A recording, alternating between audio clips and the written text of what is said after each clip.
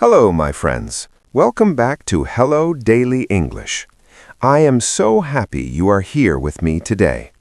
Before we begin our story, I want you to do something for me. Just stop for a moment. Put down your phone or look away from your other screens. Close your eyes if you like. Take a deep breath in and let it out.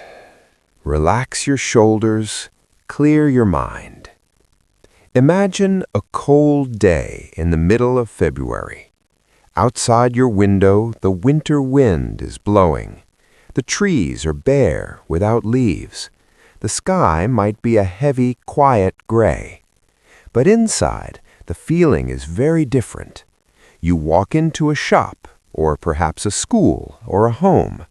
Suddenly, you see bright splashes of color. You see deep red hearts. You see soft pink ribbons. You see boxes of dark, sweet chocolate and bouquets of fresh roses. You know exactly what this is.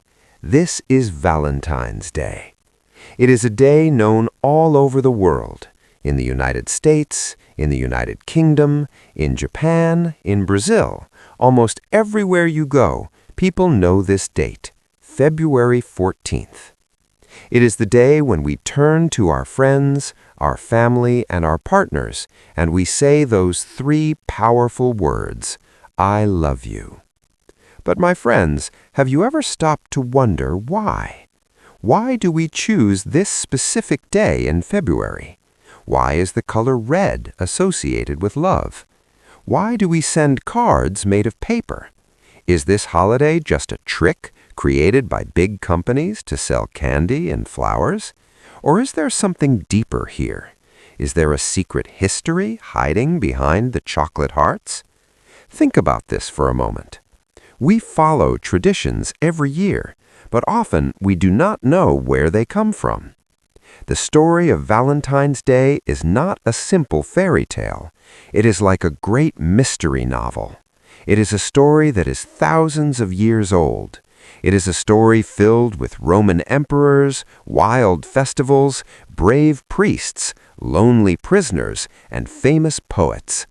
It is a story of blood, sacrifice, and the enduring power of the human heart. Today, on Hello Daily English, we are going to travel back in time together. We are going to peel back the layers of history, just like peeling an onion. We will walk through the dusty streets of ancient Rome. We will visit the cold stone towers of medieval London. We will see the busy factories of the Victorian age. We will discover how a strange and wild ancient ritual transformed into the polite and romantic day we celebrate today.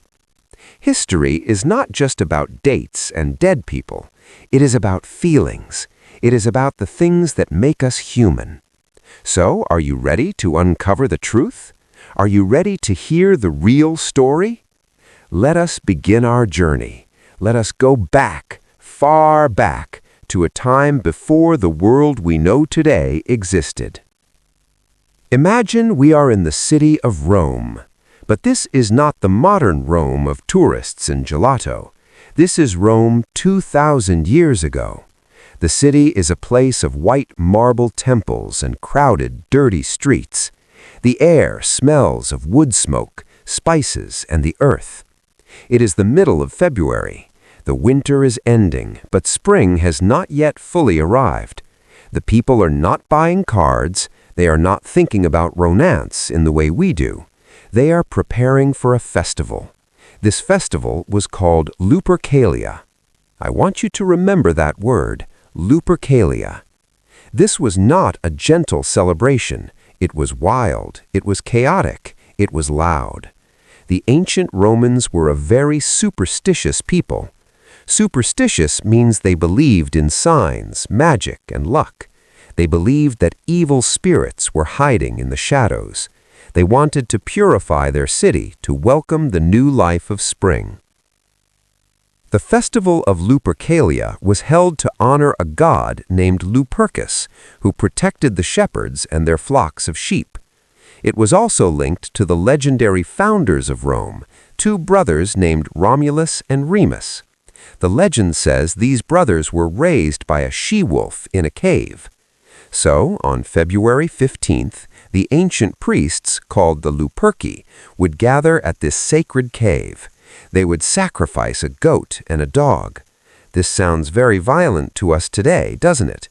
But to them, blood was a symbol of life. After the ritual, the young men would do something very strange. They would cut the goat's hide, the skin, into strips. These strips of leather were called februa. This is actually where the month name February comes from. It means purification. The young men would run through the streets of Rome, almost naked. They would carry these leather strips. As they ran, they would gently hit or tap the people standing in the streets. Now you might think people would run away from them, but no, the young women of the city would actually line up to be hit. Why? Why would they do that? Because they believed in the power of fertility. Fertility is an important word. It means the ability to produce new life, to have babies, or for the earth to grow crops. The women believed that the touch of the leather strips would help them have healthy children in the coming year. It was a ritual of hope. They wanted their families to grow. They wanted the city to be strong. There is another interesting legend about Lupercalia. Some historians say there was a kind of matchmaking lottery. Imagine a large jar. Inside the jar are small pieces of paper with names written on them. All the young women in the city would put their names in the jar. Then the young bachelors, the single men, would each pick a name out of the jar. The woman he chose would be his partner for the duration of the festival. They would dance together, eat together, and spend the days together. Think about that. Two strangers brought together by chance. Sometimes they would only stay together for the festival, but sometimes they would fall in love. Sometimes they would get married and stay together for life. So even in this wild, ancient, and strange festival, we see a tiny seed. We see the idea of pairing off. We see men and women coming together in the middle of February. We see a celebration of life and new beginnings. It was not romantic with flowers and poetry. It was raw and natural, but it was the beginning. However, the Roman Empire could not last forever. The world was changing. A new religion called Christianity was spreading across Europe. And this brings us to the next chapter of our mystery. How did we get from a wild wolf festival to a day named after a saint? We have explored the when, mid-February. Now we must explore the who. Who is this Valentine? This is a difficult question to answer. History is sometimes like a foggy mirror. It is hard to see the details clearly. The Catholic Church actually recognizes at least 3 different saints named Valentine or Valentinus. All of them were martyred. Vocabulary check. A martyr is a person who is killed because of their religious or political beliefs. They die for what they believe is the truth. The most famous story, the one that gives us our romantic traditions, takes place in Rome during the 3rd century. Let me set the scene for you. The year is around 270 AD. The Roman Empire is in trouble. It is being attacked by enemies on all sides. The emperor at this time was a man named Claudius II. History calls him Claudius the Cruel. Claudius was a hard, practical man. He did not care about poetry. He cared about war. He needed a strong army to defend Rome. But he had a problem. He could not get enough soldiers to join his army. The men did not want to leave their homes. They did not want to leave their wives and their children to go and die in a faraway land. Claudius looked at this problem and he came to a shocking conclusion. He believed that single men made better soldiers. He thought that if a man was married, he was weak. He was distracted by his love for his family. So, Emperor Claudius did something terrible. He passed a law. He banned marriage. Can you imagine that? Imagine the government telling you that you are not allowed to marry the person you love. Imagine being a young man or woman in love, dreaming of a future together, and being told, no, it is illegal. The city of Rome fell silent. People were afraid. But there was one man who was not afraid. He was a simple Christian priest named Valentine. Valentine looked at the emperor's law and he said, "This is wrong." He believed that love was a gift from God. He believed that marriage was a holy sacrament. He decided to break the law. But he had to be very careful. He could not marry people in the big churches. He had to go underground, sometimes literally. Imagine a small candle-lit room. The windows are covered so no one can see inside. A young couple stands there holding hands, their hearts beating fast with fear and excitement. They whisper their vows.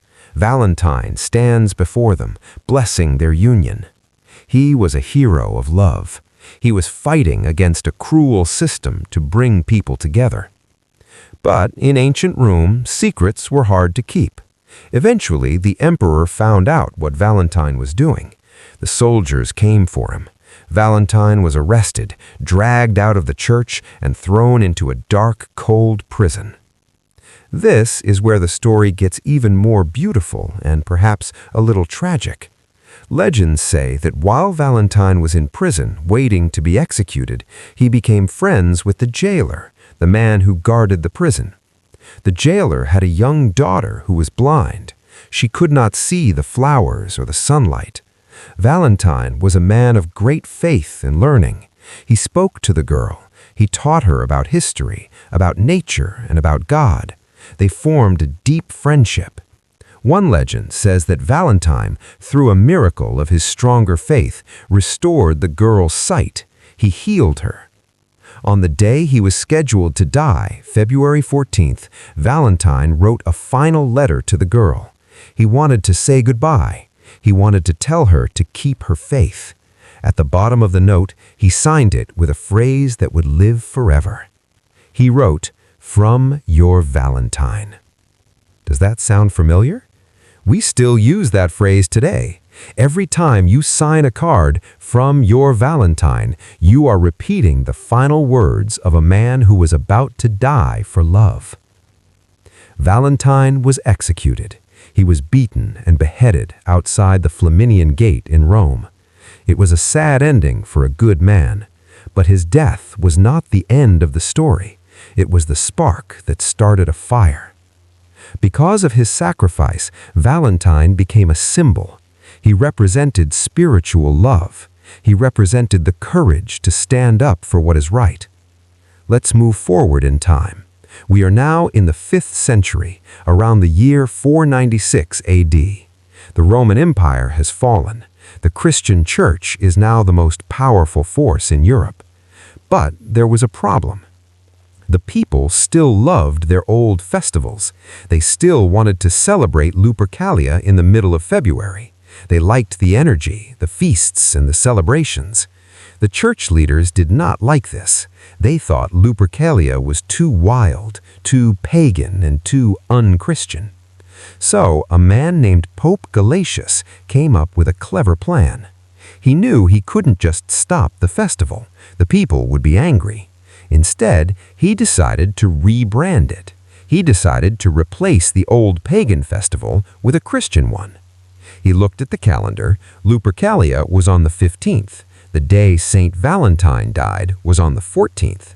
So Pope Gelasius declared that February 14th would be Saint Valentine's Day. He wanted people to stop worshiping the wolf goddess and start honoring the martyr priest. He wanted the day to be about spiritual love and sacrifice, not just fertility. At first, this worked. The wild running in the streets stopped. The day became a religious feast day. It was a serious day. It was a day to go to church and pray. However, human nature is very strong. You can change the name of the holiday, but you cannot change the human heart. The middle of February still felt like the coming of spring. People still felt the urge to find a partner. The old traditions of pairing off didn't disappear completely. They just went to sleep for a while. For several hundred years, Valentine's Day remained a religious observance. It was quiet, it was solemn, but it was waiting. It was waiting for a poet to wake it up and turn it into the romance we know today. Now, my friends, let us travel to the Middle Ages. We are in the 14th century. This is the time of knights in shining armor, tall stone castles, kings and queens. During this time, a new idea began to grow in the royal courts of Europe. It was called courtly love. Courtly love was a very specific way of thinking about relationships. It was very polite. It was very poetic. It wasn't just about getting married and having babies. It was about admiration. A knight would admire a noble lady. He would write songs for her. He would fight in tournaments for her honor. He would treat her like a goddess. In this atmosphere of poetry and romance, an English writer named Geoffrey Chaucer appeared. Chaucer is extremely famous in English history. He is like the Shakespeare of the Middle Ages. In the year 1382, Chaucer wrote a poem called The Parliament of Fowls. Fowls is an old word for birds. In this poem, Chaucer describes a gathering of birds. He wrote that on St. Valentine's Day, all the birds in the world come together to choose their mates. He wrote, "For this was on St. Valentine's Day, when every bird cometh there to choose his mate." This was a revolutionary idea. Before this, people didn't really link St. Valentine directly with romantic love. But Chaucer used his imagination. He looked at nature. In England and France, mid-February is when the birds actually do start to find partners and build nests. It is the first sign of spring. Chaucer connected the religious day, Valentine, with the natural season of mating, the birds. People loved this poem. The rich people in the courts read it and thought, "How beautiful! If the birds choose their partners on this day, perhaps we should too." Suddenly, Valentine's Day changed. It stopped being just a day for prayer. It became a day for romance. Other poets began to copy Chaucer. They wrote stories about knights and ladies falling in love on February 14th. The idea spread from England to France and then to the rest of Europe. The nobles started to play games. They would gather in the great halls of the castles. They would write their names on paper and put them in a hat, just like the old Roman lottery, and draw out the name of their Valentine for the year. If you drew a lady's name, you had to be her servant for the year. You had to bring her flowers, write her poems, and wear her colors on your sleeve. This is actually where the English idiom, "to wear your heart on your sleeve," comes from.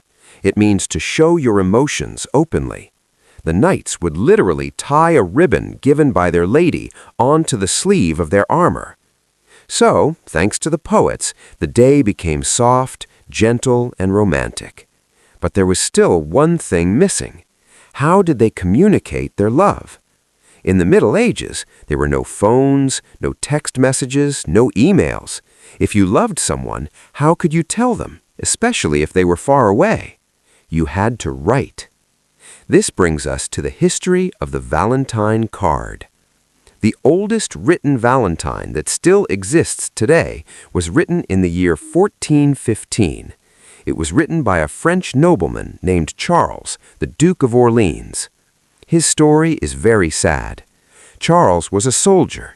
He fought in the famous Battle of Agincourt against the English. He was captured and taken as a prisoner. He was locked up in the Tower of London. The Tower of London is a cold, stone fortress. Charles was there for 25 years. He was lonely. He missed his home. Most of all, he missed his wife, Bonne. Sitting in his prison cell, he wrote a poem to her. In the poem, he called her his very gentle Valentine. Imagine him sitting by a small window, writing with a quill pen and ink, pouring his heart onto the paper. It was a way for his soul to escape the prison walls. This idea of sending written notes became very popular. By the 1600s and 1700s, people in England and America were exchanging handmade notes. But these were not like the cards you buy today. They were works of art. People would take a piece of plain paper. They would cut it into the shape of a heart or a flower. They would paint small pictures of birds or cupids. They would use pinpricks to make lace patterns. And they had to write a poem. But not everyone is a good poet. What if you loved someone but didn't know what to write? Well, books were published called Valentine writers. These were little books full of poems and messages. You could buy the book, pick a poem you liked, and copy it onto your card. It was like a cheat sheet for love. Receiving one of these cards was a very special event. The mail was slow. You might wait weeks for a letter. When it arrived, you would break the wax seal and read the words. It was a physical connection to another person. But making these cards took a long time. They were fragile and expensive. Valentine's Day was still mostly for people who had time and money. That was about to change. A big machine was coming that would change the world. We are now entering the 19th century, the 1800s. This is the Victorian Era. The world is moving faster. Factories are being built. Steam trains are crossing the land. This is the Industrial Revolution. Two major things happened in the 1800s that created the modern Valentine's Day we know. First, the postal service. Before 1840, sending a letter was very expensive. Usually, the person receiving the letter had to pay for it, not the sender. Can you imagine getting a letter and having to pay money just to read it? Because it was expensive, people didn't send much mail. But in 1840, in Great Britain, the penny post was invented. A man named Rowland Hill changed the system. He introduced the postage stamp. Now the sender paid, and the cost was very low, just 1 penny to send a letter anywhere in the country. Suddenly, everyone could send mail. The rich, the poor, the workers, the servants. The number of Valentine cards sent through the mail exploded. In 1 year, 400,000 Valentines were sent in London alone. The postmen had to carry extra bags because the load was so heavy. Second, mass production. Printing technology got better. Machines could now print colorful pictures, gold leaf, and beautiful designs quickly and cheaply. You didn't have to paint a card by hand anymore. You could go to a shop and buy one. In the United States, a woman named Esther Howland became a legend. She is often called the mother of the American Valentine. Esther lived in Massachusetts. Her father owned a stationery store. One day, she received a beautiful English Valentine card. She looked at it and thought, I can do this. I can make these in America.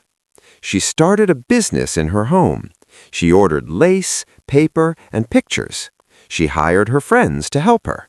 They sat at a long table gluing and assembling these beautiful cards. She expected to sell maybe $200 worth of cards, but the people loved them. In her first year, she sold $5,000 worth of cards. That is a huge amount of money for the 1840s. Esther Howland became a very successful businesswoman. She proved that people wanted to buy beauty. They wanted a way to express their feelings that was elegant and special. The Victorian Valentines were very fancy. They were full of symbols. Cupid, the chubby little baby with wings and a bow and arrow. He is the son of Venus, the Roman goddess of love. The myth says that if Cupid shoots you with his arrow, you fall in love instantly. Red roses. Why red roses? In Greek mythology, it is said that the red rose was created by the goddess Aphrodite, who is Venus in Rome. Her tears and her blood watered the ground, and red roses grew. They symbolize deep, passionate love. Hearts. The shape we call a heart is actually a mystery. It doesn't look like a real human heart.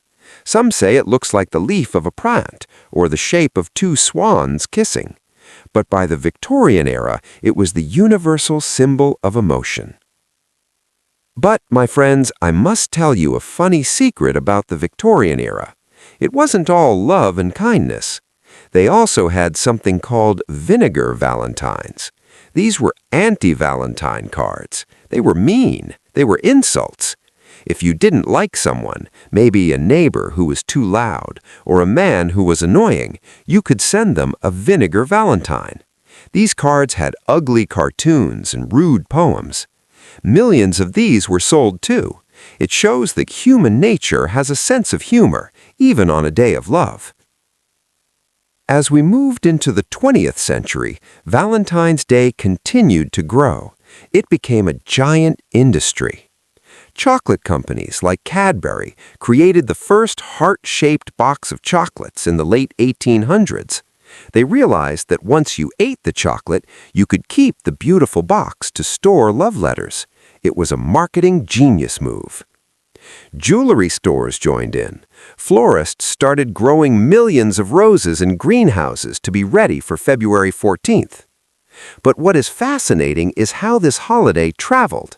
It started in Europe, but now it is everywhere, and different cultures have made it their own. Let's look at Japan.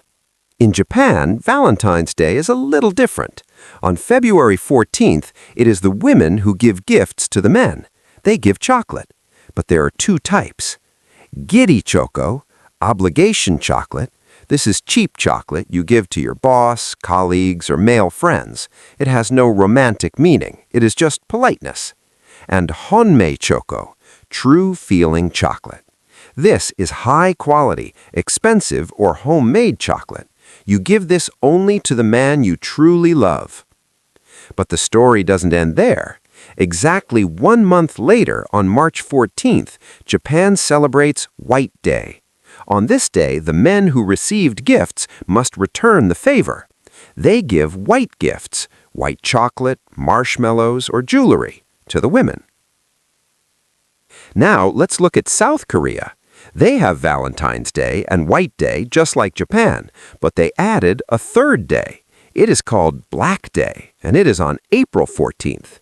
This day is for the single people. If you didn't get any gifts in February or March, you dress in black and go out with your single friends. You eat a dish called jjajangmyeon, which is noodles in a black bean sauce. It's a way to celebrate or maybe complain about being single together. In Wales, part of the UK, they have a much older tradition called St. Dwenvin's Day in January. But historically, men would carve wooden spoons. They were called love spoons. The handle of the spoon would have intricate carvings, chains, hearts, and keys. If a man gave a girl a spoon and she accepted it, it meant they were courting. In Italy, specifically in the city of Verona, thousands of letters arrive every year addressed to Juliet.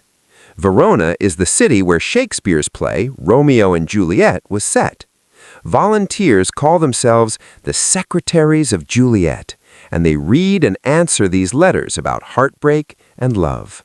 You see, the traditions change, the food changes, the dates might even change slightly, but the core feeling is the same, the need to connect. We have walked a long road today, my friends. We have gone from the blood of the Roman Lupercalia to the prison cell of St. Valentine. We have read the poems of Chaucer and the letters of the Duke of Orleans. We have seen the steam engines printing millions of cards. Today, Valentine's Day is a billion-dollar industry. We see advertisements everywhere. It is easy to be cynical. It is easy to say, oh, it is just about money. It is fake. And yes, sometimes it can feel that way. If you are single, this day can feel lonely. If you don't have money for expensive gifts, it can feel stressful. But I want you to look deeper. Look past the commercialization. Look past the price tags. Why has this holiday survived for 2,000 years? Why did we not just forget it? I believe it is because love is a language that everyone speaks. We live in a busy world. We are always rushing to work, rushing to school, looking at our phones, worrying about the news. We often forget to tell the people in our lives how much they matter. We assume they know, but sometimes they need to hear it. Valentine's Day is like a stop sign. It forces us to pause. It gives us permission to be vulnerable. It gives us a reason to write that note, to buy that flower, to make that phone call. It reminds us that we are human. Whether you are celebrating with a husband or wife, a boyfriend or girlfriend, or just with your friends and family, the spirit is the same. In recent years, we see Galentine's Day for female friends. We see people buying treats for their pets. This shows that the definition of Valentine is expanding. It is not just about romance anymore. It is about affection. It is about kindness. So, this year, when you see the red hearts in the shop window, don't just think about the candy. Think about the brave priest Valentine, who believed that love was more important than the emperor's law. Think about the duke in the tower, writing to keep his hope alive. Think about Esther Howland, gluing lace to paper to make the world more beautiful. You are now part of that history. You are the next chapter in the story. So here is my challenge to you. This Valentine's Day, do not worry about spending a lot of money. Instead, spend time. Write a letter, a real one, on paper. Tell someone why you appreciate them. Use your English skills to write a poem. Love is the most powerful force in history. It builds families, it inspires art, and it connects us across oceans. Thank you for listening to this story. Thank you for traveling through time with me. I hope you found this history interesting and inspiring. If you enjoyed this journey, please remember to like and subscribe to Hello Daily English. We are building our own community here, our own family of learners. Until next time, keep practicing, keep learning, and most importantly, keep your heart open. Happy Valentine's Day, my friends. Goodbye for now.